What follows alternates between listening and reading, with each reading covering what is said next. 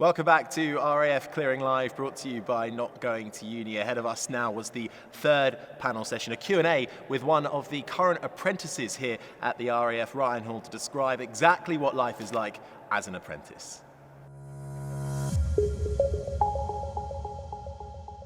I'm very pleased to say Ryan Hall is joining me for this one, a current apprentice, to talk all about the apprenticeships that are on offer. So first of all, Ryan, well, tell me a bit about you, what you do, and what exactly your day-to-day involves. So I'm in the cyberspace trade, and I'm working here at Cosford as well. I work in the radio school. I am on the information exploitation team, which is essentially software. I currently specialise in developing power apps for the school, which is enjoyable. As well as that, obviously I've got my apprenticeship work and sports and stuff like that, which we do here. And so what made you initially want to be a part of the RAF and go down the apprenticeship route? So originally I was in college. During COVID that obviously stopped, and then carried on, got my grades. When I finish my apprenticeship, that's the first thing I'll be looking at doing, is getting a foundation degree through Staffordshire University in cyber. So yeah, that's the plan anyway. Yeah, and where do you want to go with this? Do you have a plan?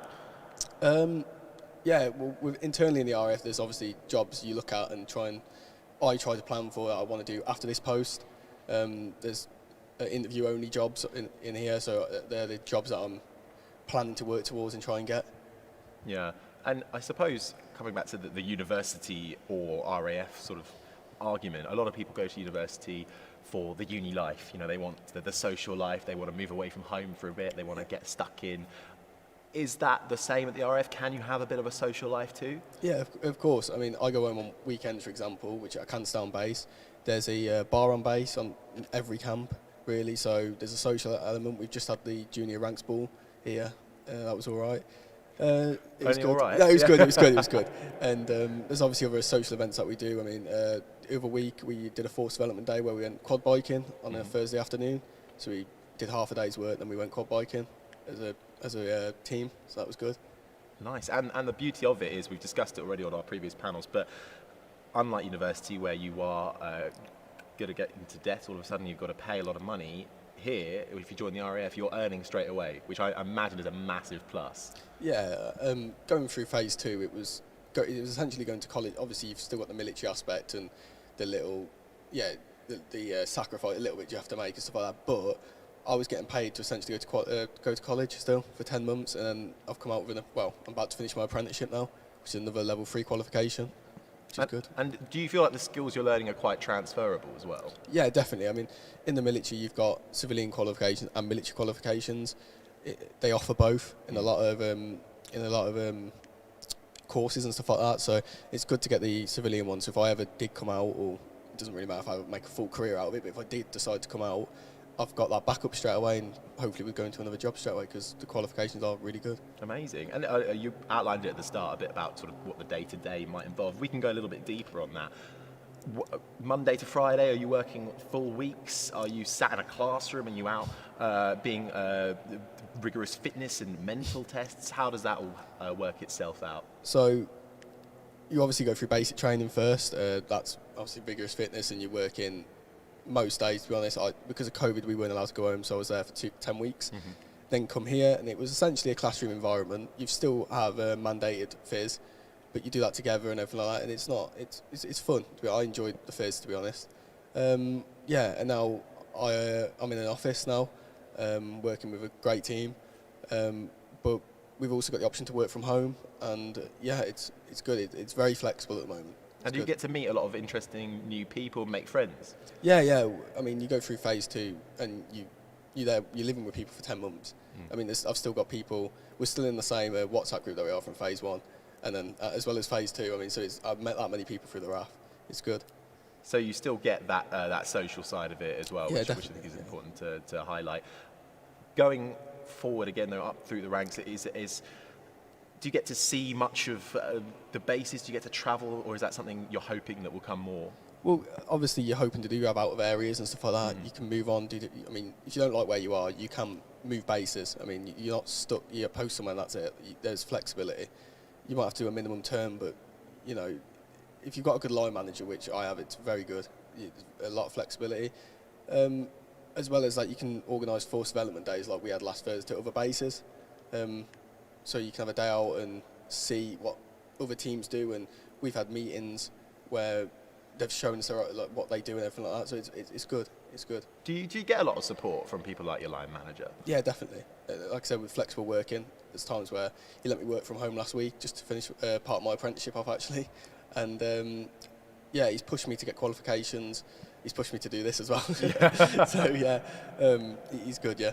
And outside of the work, I suppose, do you get support as well, sort of pastoral care side of things, if you're struggling with things mentally, or if there's anything outside of the RAF that perhaps is causing you to feel a bit down? Is there help available there? Yeah, definitely. I've only got to ring the med centre up, anything like that, and we're straight in. Same as dental and stuff like that, so it's good. Yeah, there's a lot of support out there, to be honest, especially for mental health. That's massive now, especially in the military. And what have been some of your highlights so far being a part of the RAF on this apprenticeship? I enjoyed phase one. Some people don't, obviously, but I mean, just get through it. I mean, when we was on an exercise, a Chinook landed about 15 yards, 20 yards from us, and they didn't tell us. They just said lie down, and Chinook literally come over and landed in front of us. That was good. I mean, we've done a lot of sports and stuff like that, like the quad biking, and yeah, the fizz is good. I mean, yeah, I enjoy it, to be honest. It's not a normal job, like just an office job. It is, and that's the biggest benefit. Could you imagine doing anything different now? Probably not. I think I'd be bored, to be honest with you. I mean, maybe when I'm a bit older and settled down. Do you know what I mean? But I'm very young, so it's good to. It's the opportunity's there to do sports and everything like that. So, and to get time out of work and essentially get paid to do it it's excellent. You said you're 20, right? Yeah. So you're not going to be that much older than some of the people watching this who are getting their results today and thinking about their plans for the future. What advice would you give, having been in that situation yourself, to somebody going through the same motions as you were? So what I would say is uni's not everything. I think if you want to make money straight away and earn qualifications, I think this is a very good, well, apprenticeships in general are a very good opportunity. And you can get a degree through working basically in here. It is good. So you can get the qualifications in here, work. I mean, for joining up, I got a £5,000 bonus for this trade, so that was it's a massive incentive, financial incentive anyway. So yeah.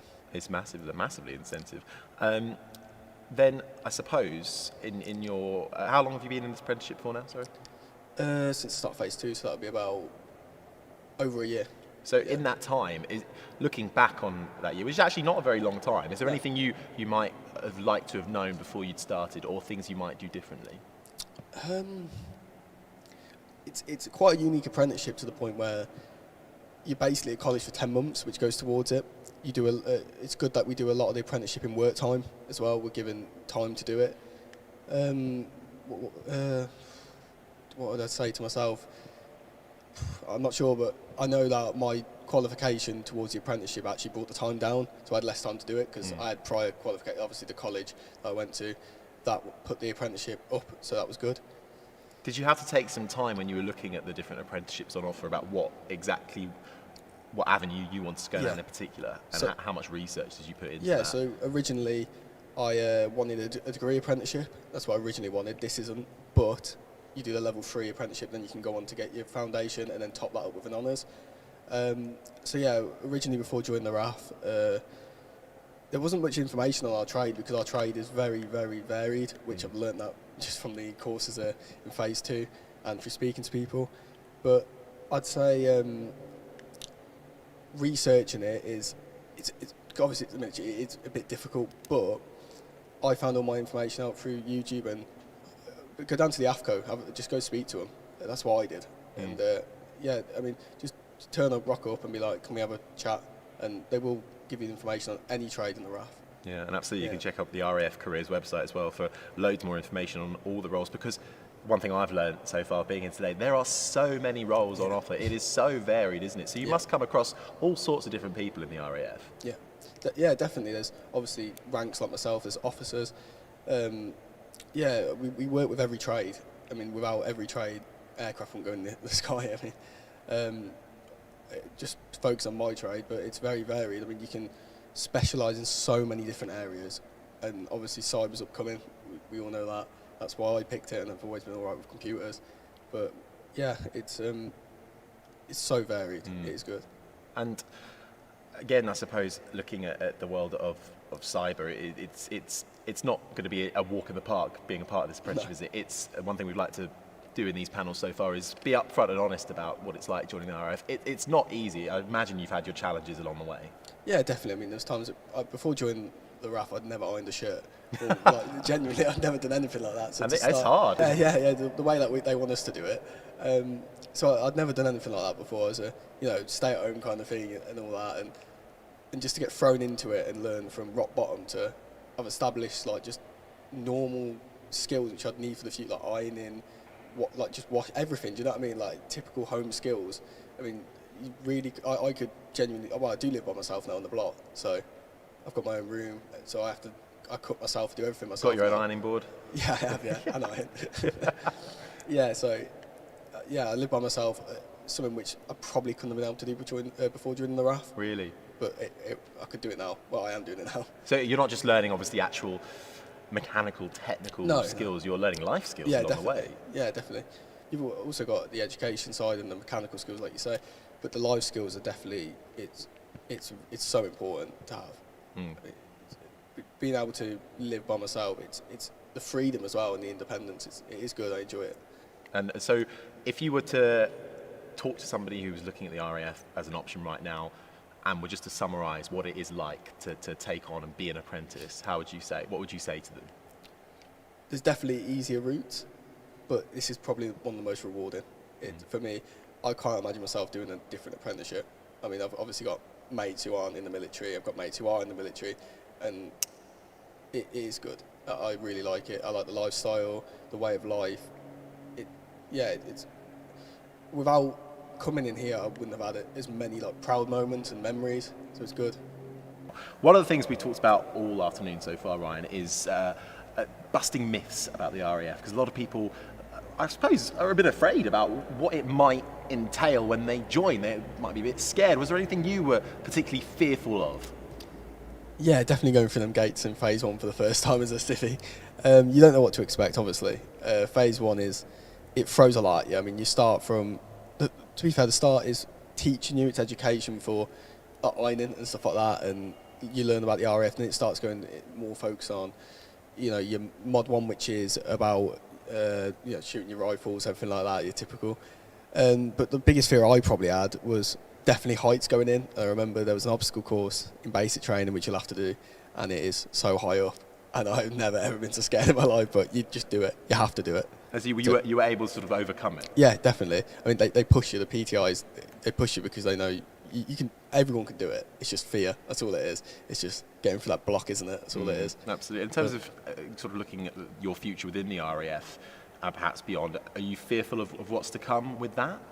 Or are you enjoying the journey? I'm definitely enjoying it. I don't know what's going to happen for the future. I mean, I haven't had my out of area yet. I don't know where I'm going to be sent. That's after my apprenticeship. But I'm looking forward to that. I mean, there's some really great places you can get sent to. It's not just like war zones, for example. Like people think, you're just going to get sent to the Middle East war zone. It's not. You get sent to some really good places. Yeah. Amazing. And you are going to finish your apprenticeship in about November this year. So when it gets to that point, you've said you're looking to do a degree and get the degree as well. Is there a point where you're sat down about the opportunities that are available to you? Are you guided through the next steps? Yeah, definitely. We have an apprenticeship manager, our own. They come in, I probably see them every 3 months, and we're in constant contact. They advise you, your line manager advises you.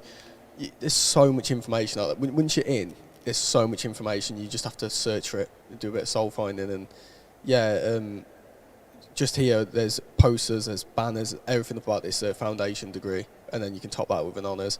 And when you get in, there's just websites full of information which you can, within the intranet, which you can find out. Are you able to sort of try before you buy after your apprenticeship, if you're still not quite sure what role or what avenue you want to go down? Is there an element of that, or is it very much, as you say, just trying to do your research, talking to people, and that's how you inform your decision? Well, it is possible to retrade. I mean, we've had, obviously I work in the phase 2 school, but as permanent staff, and we've got HR clerks, stuff like that, admins who've they've got to the same rank as me. They've done 3-4 years and thought, you know what, I want to retrade into the engineering trade, which is us, and now they're going through training again, and they're retrading to our trade. So there's definitely opportunity. Yeah. And now I suppose a question that a lot of people wouldn't want to know, how strict is it at the RAF? I'm imagining 4 a.m. wake-up calls, immediately bed's got to be made, working all day, all night. Is that how it really is? Phase 1 to an element, but it's Okay. definitely to an element. It's a lot of myth busting and stuff like that. I mean, when you go for them gates, you think it's going to be a lot worse than what it is. If you work hard, you don't mess up and you don't take the mick, basically, you'll be fine.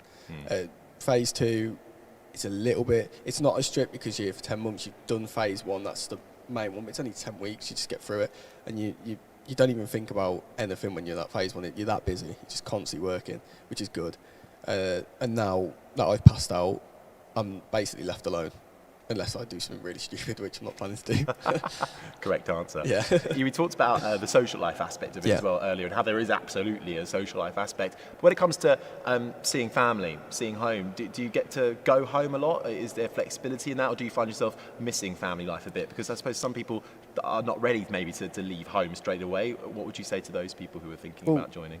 Obviously, phase 1's a bit different, but you don't think about I didn't, because you are working all the time. You don't think about anything, you're just constantly working, which is good. For me, that's the way I like to. But when I say working, I mean, you just don't switch off. Like, through the day, you will go straight to bed, you will do your kit, you'll make your bed, and you'll go straight to bed. And that's it in phase 1. Phase 2, there's a lot more flexibility. I'm quite lucky that I live quite close to here, so I go home on weekends. I can drive. I drive in on a Monday morning. But essentially live at home on weekends, live in the block in the week, and that works for me. I still have the social element of the week because Thursday night's the social night in the military, so it's good. So a big Thursday night, and then you can go home on the weekend if you want. Definitely. Exactly. So I mean, it's almost like normal life, really. People Essentially, have that. So although you are living a very different life, but that bond that you form with the people you meet in phase 1 especially, and you're living together even though you're living on your own now, do you think you could get that elsewhere, or is it something that the RAF provides that actually it's so intense and you're going through something so quite unique, even though you're all varying in roles, that actually you can't really get anywhere else? Yeah, that's essentially what phase 1 is. I mean, we're all going through together, but everyone's going in as different trades. There's lads who are still taught to now who've gone in as movers or air mechs, stuff like that. And I think compared to, although at uni you all live together in dorms, we all live together obviously, but there's the working together aspect of it, and there's the, if we're all getting beasted or anything like that, we all are. It's not. It's one in all in. So One in all in. Yeah, nice. and you always get that bond. So you form a bond from it. You have to. There's no like room for bickering really or anything like that. Or it's all. You've got to work together. I suppose you've got to help each other through it as well, because everyone will have their down days. No, it's either you all pass or you all fail a lot of the time. Amazing. So real camaraderie amongst everybody. everybody. So you've got to work together. You haven't got a choice. Yeah. And for those watching, and for what you've been through with this apprenticeship already, still going, finishing it in November, having done it already for a year or so, how would you summarise what it's like to be a part of the RAF and to do an apprenticeship for somebody who had absolutely no idea? It's a journey. It's definitely a journey. I wouldn't change it. I'm glad I did it. It's definitely, I'm not thinking, I'm regretting it. It's definitely, I'm really proud to do it. The apprenticeship is now leading on, obviously, to a foundation degree, hopefully, and then top that up with honours, as well as, I essentially got paid to go to college and do this apprenticeship, and we're not on apprenticeship wages, so it was a very good wage to go to college. Some of the panellists we've had already have much more experience than you, obviously, and they've spent plus 20 years in the RAF. Could you see yourself spending as much time as that? Potentially. I don't want to put a time frame. I don't think it's a good idea to do that, but definitely potentially. Obviously, for myself, if you go in those ranks, you've also got the option to commission if you want to do that and become an officer. That's also a route by doing the foundation degree, if that's what you want to do. I'm not sure if I'll do it. Who knows? But it's a job security and longevity, definitely. You can really get a good career here. And some final words of advice for those watching or just tuning in now, thinking about the RAF as an option, looking at the apprenticeships on offer. Some final words of advice to them, because you were in that very same situation. Yeah. Learn how to iron before you go to a basic trade. No, just throw yourself at it. I mean, you don't have to be like a massive personality. You don't have to be confident or anything like that. But they will get it out of you, and you definitely develop a personality. You develop yourself, life skills, mechanical skills, like you said earlier. It is great. You're pushed, which is I like. You're pushed to get more out of you. For more information, head online and search RAF Careers, or you can go to our website, notgoingtouni.co.uk. I've been Harry Benjamin. I'll see you next time. Bye-bye.